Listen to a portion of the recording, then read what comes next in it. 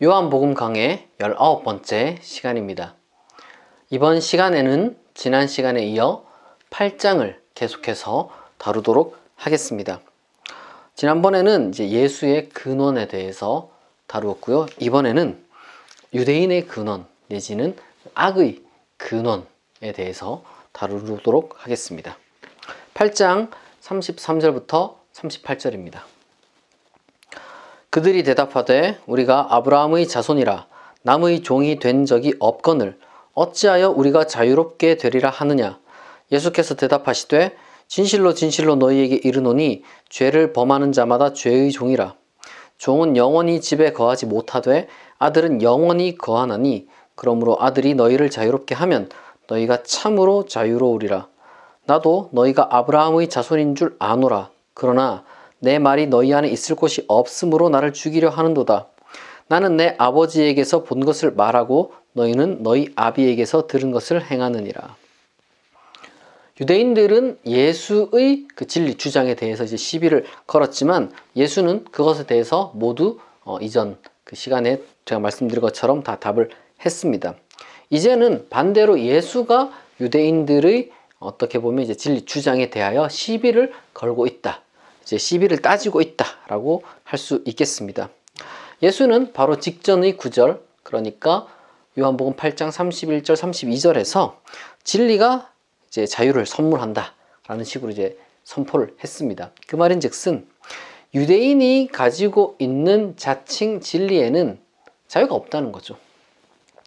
유대인들은 그 말을 듣고 발끈합니다. 우리가 언제 자유롭지 못했던 적이 있느냐 하고 화를 내는 것이죠. 이 대화 그리고 이제 유대인들의 반응을 표면적으로만 받아들이면 약간 이상할 수 있습니다. 왜냐하면 고대 이스라엘 역사를 우리가 이제 따져 보면은 이 강대국의 압제를 받는 역사가 이제 굉장히 길었기 때문입니다. 심지어 현재 지금 로마 제국 치하에서 살아가고 있죠. 그것은 요한복음의 배경 내지는 요한복음 기록 당시의 배경 모두를 고려하더라도 부인할 수 없는 사실입니다. 그런 의미에서 얼핏 보면 이 유대인들이 이제 거짓말을 하고 있다라고 볼 수도 있어요. 왜냐하면 실질적으로 계속해서 자유를 누리지 못하고 이제 종으로 살았는데 우리는 종으로 산 적이 없다고 하니까 얼핏 보면 그렇게 보일 수도 있습니다만은 사실 요한복음의 이 대화는 조금 더 심층적으로 들여다볼 필요가 있습니다. 유대인들은 단순히 그런 외적인 이야기를 하는 게 아니에요. 오히려 자기 자신들이 가지고 있는 어떤 그 종교 안에서 그런 외적인 억압에도 불구하고 자유롭다라는 이야기를 하고 있는 거예요. 예수가 외적인 그러한 억압들 아니면 여러 가지 많은 제한적인 조건들 가운데서도 자유로울 수 있는 진리를 선포했는데 유대인들 자기 자신들도 마찬가지다. 지금 이런 이야기를 하는 겁니다. 왜냐하면 그들은 아브라함의 하나님이 자기의 하나님이기 때문에 그래요. 아브라함의 하나님, 이삭의 하나님, 야곱의 하나님, 그리고 무엇보다도 모세의 하나님이 자신들이 하나님이라는 거예요. 따라서 이집트와 바벨론으로부터 그 자신의 조상들을 해방시킨 바로 그 하나님이 로마로부터도 당연히 자신들을 해방시키실 것이며 궁극적으로 온 세계 열방 위에 이스라엘을 서게 하실 것이라는 어떠한 그러한 믿음을 그들이 이제 가지고 있었기 때문입니다. 우리는 이러한 유대인들의 믿음을 당시 유대인들이 만들어낸 그리고 이제 공유했던 그 묵시문학에서 매우 명확하게 발견할 수가 있습니다. 대표적인 게 이제 다니엘서 같은 것이죠. 하지만 예수는 34절에서 바로 그러한 민족적인 어떤 그 집단 신앙의 한계를 너무 이제 직접적으로 지적하는 거죠. 예수는 유대인들을 향해 즉 하나님의 백성이라 불리우는 자들, 그러한 궁극적인 어떤 소망을 누릴 수 있는 자는 분명히 있긴 한데 유대교 전통 속에서도 죄인은 그러한 소망에 참여할 수 없다는 인식이 분명히 있었을 뿐만 아니라 무엇보다도 유대교 그 전통 자체 내에서는 사실상 죄인에 대한 하나님의 태도, 특별히 이제 유대교 전통 속에 있는 그러한 죄인들에 대한 하나님의 태도에 대해서 어떤 그 일관성 있는 입장을 발견하기가 어려웠다는 거예요. 예수가 봤을 때. 그걸 지적하는 겁니다. 그러니까 아브라함의 자손, 다시 말해서 이제 유대인이라면 어떤 죄를 지어도 하나님은 용서해주고 그 궁극적인 구원에 참여시켜 줄 것인지, 아니면 어떤 특정한 죄는 도저히 용서받지 못하는지, 도대체 그 기준이 무엇인지 알 수 없었다는 거예요. 다르게 말하자면 사실 이것은 조금 더 우리가 넓게 생각해 봐야 됩니다. 이 죄의 문제라는 것을 우리가 해결하지 못하는 한 아무리 외부 억압으로부터 우리가 구속받지 않는다 할지라도 이 심적, 내적 억압으로부터는 자유로울 수 없다는 거예요. 외적인 어떤 그 상황이 아무리 우리를 옥죄싸도 하나님과의 관계 속에서 우리가 어떤 그 죄의 문제를 해결할 수만 있다면은 충분히 자유로울 수가 있을 텐데, 그렇지 못하다는 사실을 지금 예수는 지적을 하고 있는 겁니다. 그런데 예수는 단순히 거기서 멈추지 않고 어떤 그 종의 입장이 있고 이제 아들의 입장이 있다고 이제 어떤 그 비유를 들면서, 이제 예수 자신이 이제 아들의 입장이고 이제 종의 입장은 이제 다른, 특별히 이제 유대인들을 가리키는 것이겠죠. 그러니까 아들의 입장인 자신이 종인 유대인을 자유롭게 할 수 있다라고 이야기를 합니다. 여기서 이 종과 아들, 이 두 입장 차이를 통해서 이제 구원받음, 어떤 궁극적인 그 소망을 하나님의 집에 머무르는 것으로 이제 비유를 하는 겁니다. 말하자면 종이 집에 머무르는 것은 굉장히 임의적이고 계산적이고 그렇기 때문에 불안하죠. 불확실한 겁니다. 그에 비해서 아들은 전혀 그렇지 않다는 거예요. 그런 것과 아무 상관없이 확고하게 당연히 집에 영원히 머무를 수 있다는 거예요. 다시 말해서 구원에 대한 내적인 불확실함, 이 죄의 문제를 해결하지 못하는 것은 참된 자유를 가져다 주지 못한다는 겁니다. 하나님의 관계를 이 종으로 보는 그 관계성, 어떻게 보면 이제 계산적이고 이제 표현이 이제 종이니까 이제 그런 것은 율법의 얽매인 유대교에 대한 이제 비판인데, 혹 어떤 사람들은 이게 과연 바울의 기독교를 또 비판하는 게 아니냐, 바울이 생각하는 어떤 그 신앙 관념을 비판하는 게 아니냐, 이렇게 오해할 수가 있습니다. 하지만 바울 자신이 갈라디아서 그 4장에 보면은 종과 자유인의 어떤 그 비교를 통해서 종교적인 개념에서 이제 어떤 그 종됨을 비판하는 그런 부분이 있어요. 따라서 그 단어만 가지고 바울이 이제 나는 뭐 하나님의 종이다, 예수의 종이다, 이런 이제 표현을 통해서 지금 요한복음이 직접적으로 바울을 겨냥하는 것이 아니냐라고 이렇게 이제 볼 것이 아니라, 이제 어떤 그 내용을 우리가 이제 살펴야 되겠죠. 말하자면 바울에게서 이제 내가 하나님의 종이다, 뭐 이런 표현은 어떤 그 자신의 사명을 강조하는 것인데, 사실 그러한 그 강조, 어떤 하나님의 어떤 그 철저한 그 뜻을 이 세계에 전달하고자 하는 그런 어떤 그 사명감은 사실상 요한복음에서 예수가 자기 자신의 모든 것은 다 이제 아버지의 뜻대로 한다, 내가 내 뜻대로 하는 것이 없다라는 이런 표현들, 그러니까 아버지께로 모든 것을 귀속시키는 그러한 태도와 바울의 그 어떤 그 신앙 표현은 이제 일치하는 거예요, 내용상. 그렇기 때문에 단순히 단어만 가지고 우리가 지금 요한과 바울이 대립하고 있다 이렇게 보기는 조금 어렵습니다. 다시 이제 본문으로 돌아와서, 그럼에도 불구하고 종은 어쨌거나 이제 불완전하고 불안한 그러한 입장일 뿐 악한 입장을 가지고 있는 것은 아니에요. 그런데 예수는 유대인을 향해서 너희들은 그러한 어떤 불안정하고 불안한 존재 지위를 가지고 있는 정도가 아니라 아주 악한 그런 지위, 본성을 가지고 있다 라고 말하는 데까지 나가게 됩니다. 구체적으로 8장 39절에서 47절을 읽어보도록 하겠습니다. 대답하여 이르되 우리 아버지는 아브라함이라 하니 예수께서 이르시되 너희가 아브라함의 자손이면 아브라함이 행한 일들을 할 것이오늘 지금 하나님께 들은 진리를 너희에게 말한 사람인 나를 죽이려 하는도다. 아브라함은 이렇게 하지 아니하였느니라. 너희는 너희 아비가 행한 일들을 하는도다. 대답하되 우리가 음란한 데서 나지 아니하였고 아버지는 한 분뿐이시니 곧 하나님이시로다. 예수께서 이르시되 하나님이 너희 아버지였으면 너희가 나를 사랑하였으리니 이는 내가 하나님께로부터 나와서 왔음이라. 나는 스스로 온 것이 아니요 아버지께서 나를 보내신 것이니라. 어찌하여 내 말을 깨닫지 못하느냐? 이는 내 말을 들을 줄 알지 못함이로다. 너희는 너희 아비 마귀에게서 났으니 너희 아비의 욕심대로 너희도 행하고자 하느니라.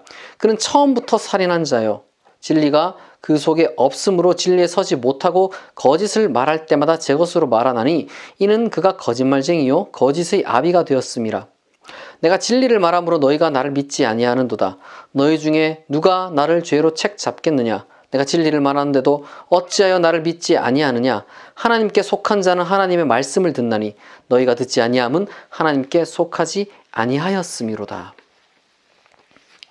예수는 지금 유대인들을 향해서 너희의 근원은 마귀다 라고 이렇게 못을 박습니다. 예수가 이제 진리이기 때문에 이제 예수를 어떤 그 죽이려는 그 살해 의도가 유대인들에게 있는데, 그런 의미에서 사실 예수를 죽이는 것은 그 살인과 거짓이라는 이제 두 가지 죄를 범하는 것이죠. 그러나 뭐 결국에는 뭐 두 가지가 아니라 사실상의 진리 살해라는 측면에서 뭐 한 가지 죄를 저지르는 것이다 라고 이제 볼 수 있겠습니다. 그런데 그러한 어떤 그 비판을 하는 그 유대인들이 그런 비판을 하는 그 예수를 향해 유대인들이 뭐라고 말하냐면 자신들은 음란한 데서 나지 아니하였다 라고 항변합니다. 그러니까 이 음란한 데서 나지 않았다는 말과 아브라함의 자손이다 라는 말이 지금 현재 병행을 이루는 것은 일종의 유대인들은 극도의 프라이드를 가지고 있었다는 말이 됩니다. 그러니까 주변의 어떤 그리스 로마 종교 그 어떤 뭐 철학 이런 것들보다 훨씬 더 자신들이 우월하다. 뭐 그게 뭐 도덕적으로든 아니면 어떤 그 진리의 측면으로서든 뭐 그러한 그 어떤 우월감을 느끼고 있었다는 표현입니다. 그리고 동시에 이것은 지금 상대하고 있는 그 예수에 대한 어떤 공격적 표현이기도 합니다. 그러니까 말하자면 유대인 우리들은 음란한 데서 나지 아니하였다는 말은 너는 그렇지 않다. 너는 음란한 데서 났다. 뭐 이런 얘기가 되는 거예요. 표면적으로는 이제 분명히 이게 인신공격이라고 볼 수 있겠습니다. 요한복음은 예수의 어머니의 이름을 드러내지도 않고, 그리고 공간복음, 특별히 마태복음과 누가복음에 있는 그 예수의 그 동정녀 탄생, 이것도 생략합니다.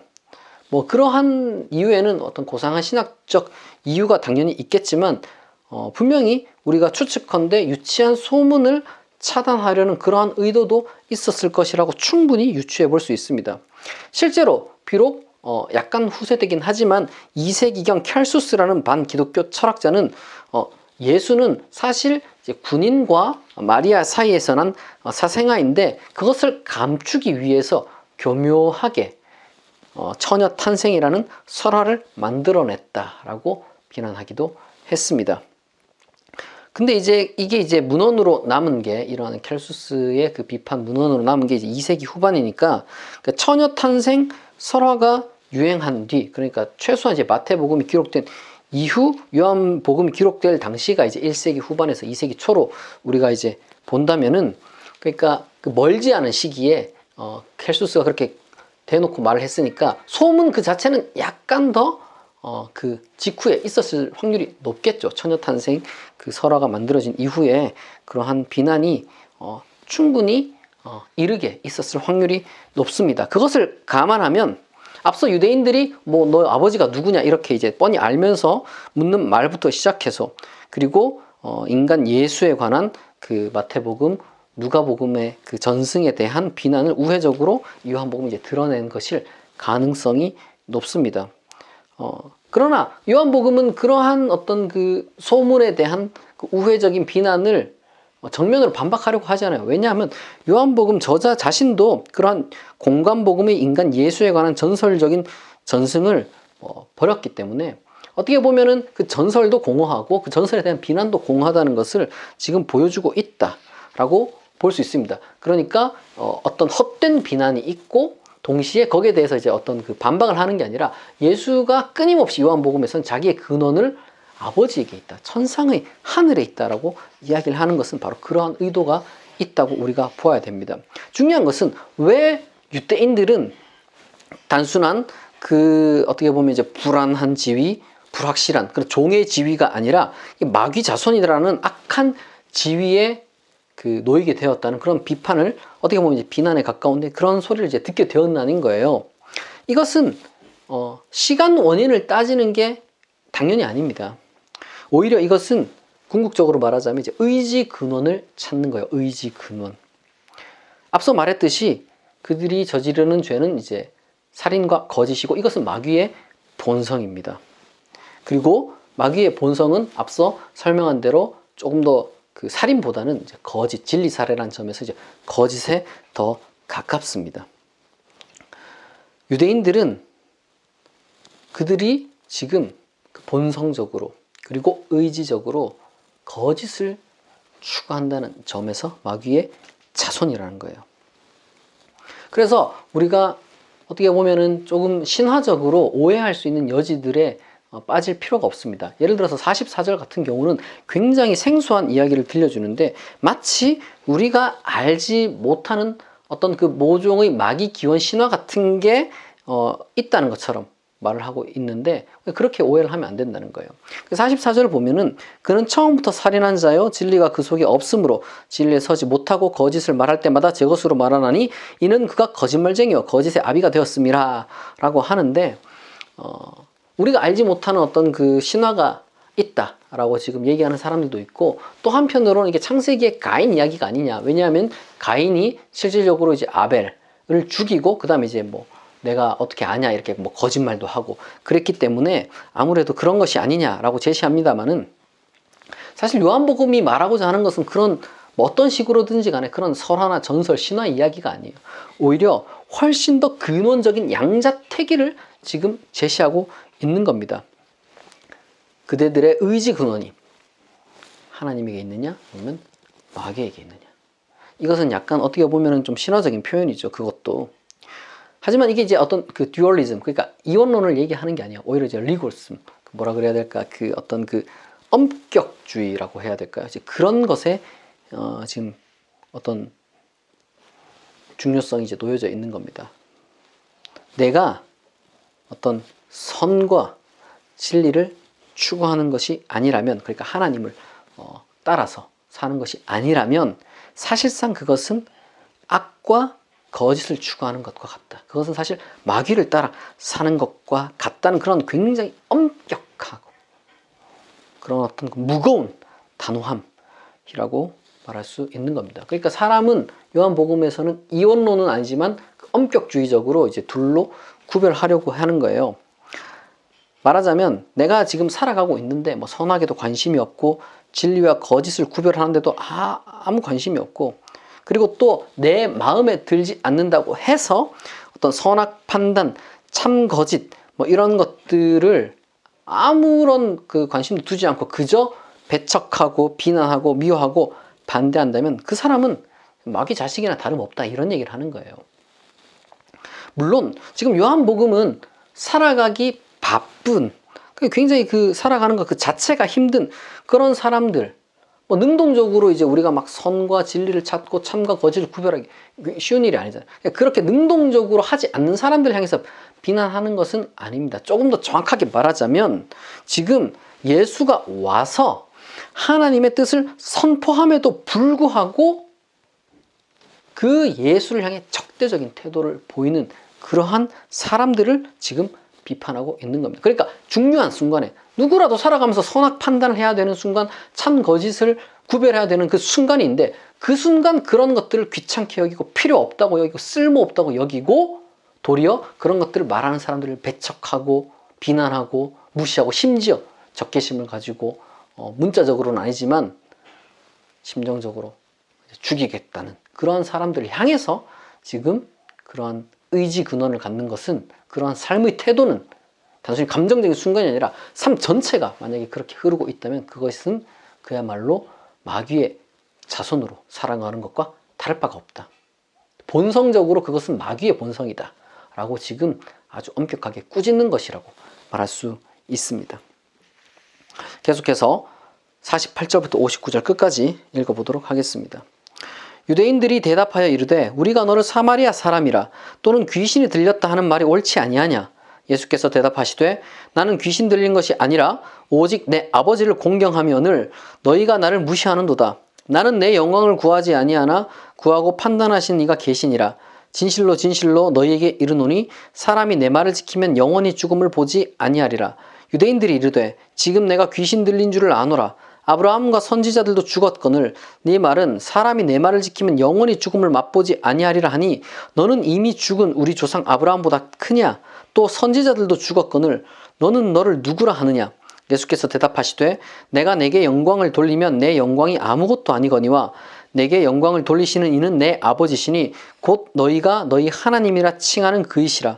너희는 그를 알지 못하되 나는 아노니 만일 내가 알지 못한다 하면 나도 너희같이 거짓말쟁이가 되리라. 나는 그를 알고 또 그의 말씀을 지키노라. 너희 조상 아브라함은 나의 때에 볼 것을 즐거워하다가 보고 기뻐하였느니라. 유대인들이 이르되 네가 아직 50세도 못 되었는데 아브라함을 보았느냐? 예수께서 이르시되 진실로 진실로 너희에게 이르노니 아브라함이 나기 전부터 내가 있느니라 하시니 그들이 돌을 들어 치려 하거늘 예수께서 숨어 성전에서 나가시니라. 예수를 향해서 사마리아 사람이다 라는 어떤 그러한 비난은 이미 요한복음 4장에서 제가 그 사마리아인들에 관한 이야기를 하면서 언급한 바가 있습니다.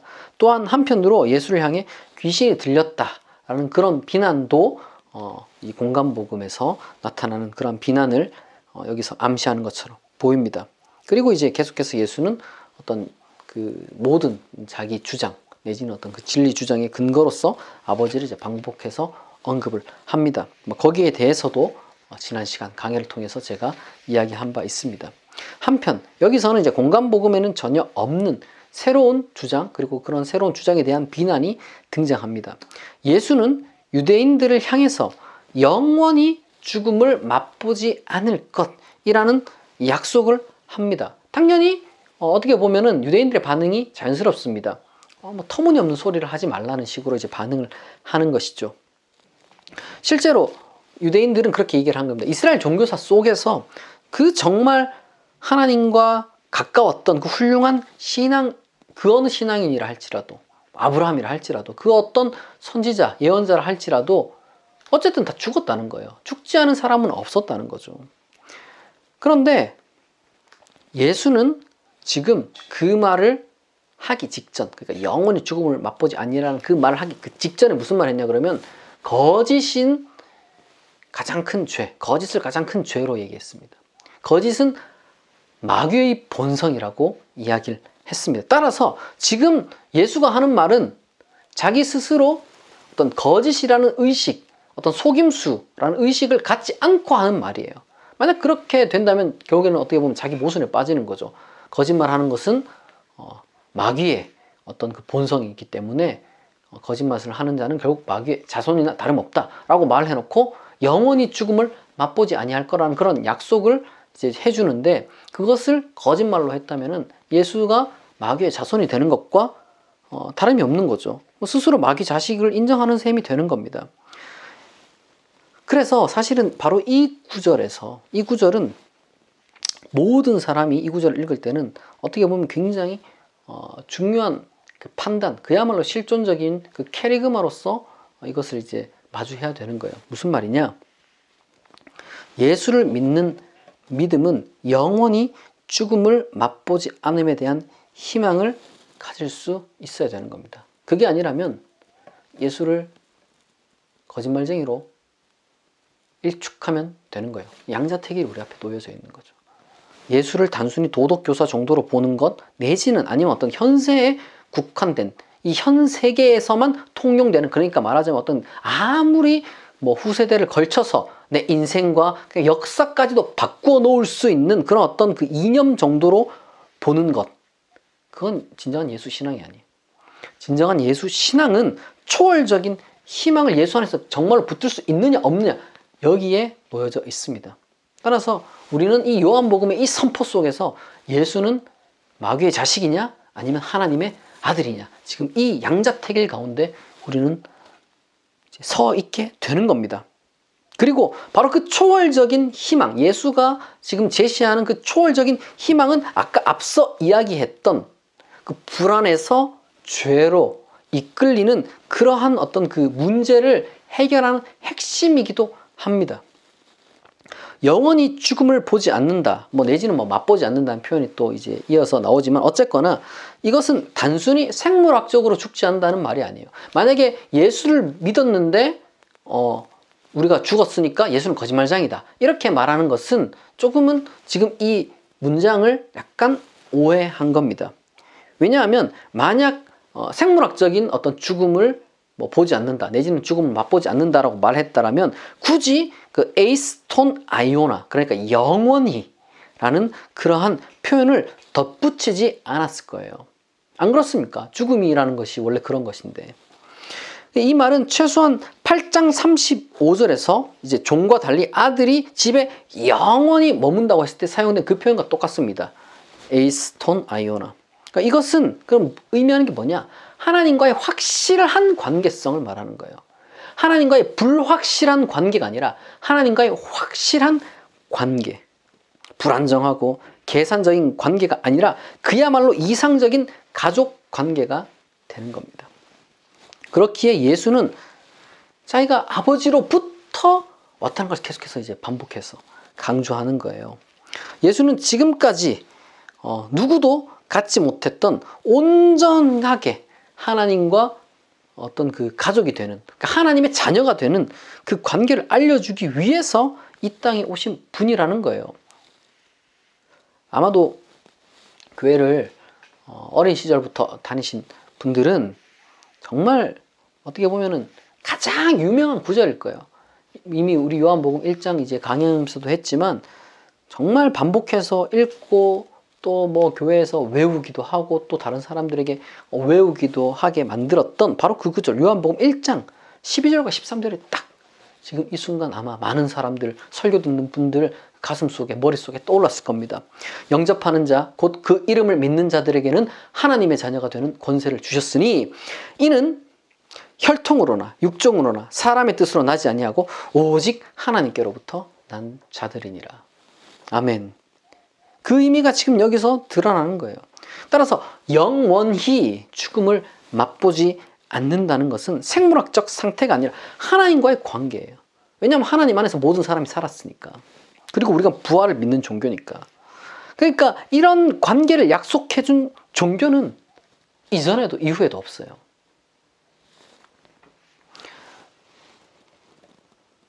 얼마나 놀랍습니까? 여기서 예수는 아브라함이 자신의 때를 보고 기뻐했다는 또 한 번 뭐 수수께끼 같은 말을 던집니다. 이게 44절에 보면 이제 우리가 잠깐 이게 무슨 마귀 기원 신화냐 아니면 창세기의 가인 이야기냐 이렇게 이제 오해할 수 있는 정도로 좀 뭐랄까 모호한 부분이 있지만 여기는 좀 그렇지가 않아요. 정확하게 아브라함이라는 이름이 등장합니다. 창세기 특별히 이제 아브라함 이야기는 이제 유대인들뿐만 아니라 뭐 다 유대인이었겠죠. 아마도 많은 사람들이. 그런데 이제 신약 저자들에게 매우 뭐 어떻게 보면 친숙했을 터이지만 그럼에도 불구하고 지금 요한복음에서 이야기하는 이 구절이 도대체 뭘 의미하는지 조금은 우리가 명확하게 알 수가 없습니다.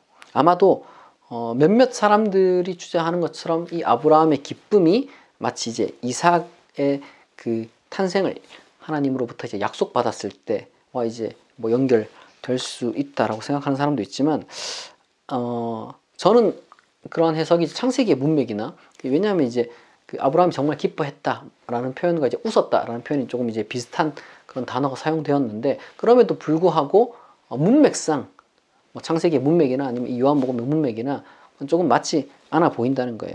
다만 오히려 아브라함이 어떤 그 받은 하나님과 언약을 체결하면서 받은 그 약속 그것과 연결하는 것이 자연스러울 겁니다. 아브라함은 야훼로부터 약속을 받았죠. 뭐 자손이 바다의 모래와 같이 하늘의 별과 같이 많아질 것이라는 어떤 그 자손의 번성에 대한 약속을 받았습니다. 근데 이게 단순히 어떤 그 생물학적인 그리고 어떤 우리 부족의 번성 이걸 얘기하는 게 아니잖아요. 하나님과 언약을 맺은 사람의 번성이에요. 하나님과 언약을 맺은 자가 늘어나는 거예요. 따라서 이것을 예언자적으로 표현하자면 야훼를 아는 지식이 세계에 가득 찬다라는 것과 뭐 동일한 그러한 개념 일맥상통한다고 할 수 있겠습니다. 아브라함이 이제 그때를 보고 기뻐했다라는 말은 그것이 이루어질 것을 보고 기대하며 기뻐했다, 믿음으로 기뻐했다라고 보는 것이 훨씬 더 자연스럽겠죠. 물론 이걸 초월적으로 볼 수 있습니다. 하나님 안에서 모든 사람이 살아있기 때문에 마치 아브라함이 하나님 안에서 예수가 성육신한 것을 보고 기뻐했다라고 이런 식으로 해석할 여지도 있겠습니다만은, 그것은 아무래도 신앙 영역에서 어떤 확장된 유추이고, 현재 이 요한복음에서는 딱 그 정도 하나님의 언약에 대한 이야기를 지금 하고 있다라고 보는 것이 자연스러울 것 같습니다. 그런데 이 말을 여전히 생물학적이고 오로지 시간적으로만 이해했던 그 유대인들은 예수의 나이를 거론하면서 도대체 어떻게 하면 지금 아브라함이 예수를 보고 기뻐할 수 있었느냐며 따지고 듭니다. 50도 못 되었다는 표현은 그 요한복음 2장 성전 건축과 관련돼서 46년 이제 그것과 이제 연결되는 것 같고, 거기에 대해서는 제가 또 이미 강의를 통해서 간단하게 설명한 바가 있습니다. 중요한 것은 이러한 유대인들에 대한 예수의 반응인데요. 예수는 58절에서 이렇게 이야기를 합니다. 아브라함이 나기 전부터 내가 있느니라. 프린 아브라함 게네스타이 에고 에이미. 에고 에이미. 내가 있느니라. 여기서 이 에고 에이미는 출애굽기 3장 14절 야훼가 모세에게 계시한 그 이름 아닌 이름이라고 이제 할 수 있습니다. 이 표현은 반복해서 고대 이스라엘 종교 속에서 사용되었어요. 예를 들면 이사야 45장 18장 이런 데 보면은 이 에고 에이미는, 물론 이제 정확하게 말하자면 에고 에이미로 이제 그리스어로 이제 번역이 된 것인데, 어쨌든 바로 그 표현은 이스라엘 종교 내에서는 야훼의 고유한 자기 표식이었어요. 근데 지금 그 표현을 예수가 유대인 앞에서 자기 자신을 나타내는 말로 사용한 겁니다. 동시에 유대인의 조상인 바로 그 아브라함, 프라이드잖아요. 아브라함이 자수하는 게. 근데 그 아브라함이 나기 전부터라는 말을 먼저 함으로써 그야말로 유대인 앞에서 예수는 자신의 초월성을 폭로했다, 계시했다라고 볼 수 있는 거죠. 요한복음이 그 유대인들이 어떤 그 예수의 그 자기 폭로가 그러한 의도가 있다라고 인식하지 않았더라면 곧바로 이제 예수를 돌로 치려는 그러한 장면이 이어지지 않았을 겁니다. 아무런 암시도 없이 다짜고짜 그냥 돌로 치려고 하잖아요. 레위기 율법을 보면 다양한 경우에 자기 자식을 몰래로 바쳤다거나 아니면은 이렇게 그 무당이라거나 이런 존재들을 이제 돌로 쳐 죽이라고 하는데, 레위기 24장 16절에 보면 특별히 그런 구절이 있어요. 야훼의 이름을 모독한 자는 돌로 쳐서 죽여야 된다. 바로 지금 그러한 맥락 가운데서 유대인들은 돌을 든 것입니다. 그런데 곧바로 그 뒤이어서 그 마지막 문장이 어떻게 되어 있냐 그러면, 마치 요한복음은 예수가 겁쟁이인 것처럼 느껴지는 듯한 그러한 문장을 달아놨어요. 특별히 한글 성경으로 읽으면 더 그렇죠. 숨어서 성전 밖으로 나갔다고 하니까. 그런데 지금까지 예수는 이미 유대인들이, 특별히 예루살렘의 유대인들이 이제 자기 자신을 죽이려고 하는 것을 알고 있었어요. 알고 그들을 향해서 지금까지 이렇게 이제 가서 설교를 했습니다. 그런데 갑자기 두려워했다? 이게 좀 이상하죠.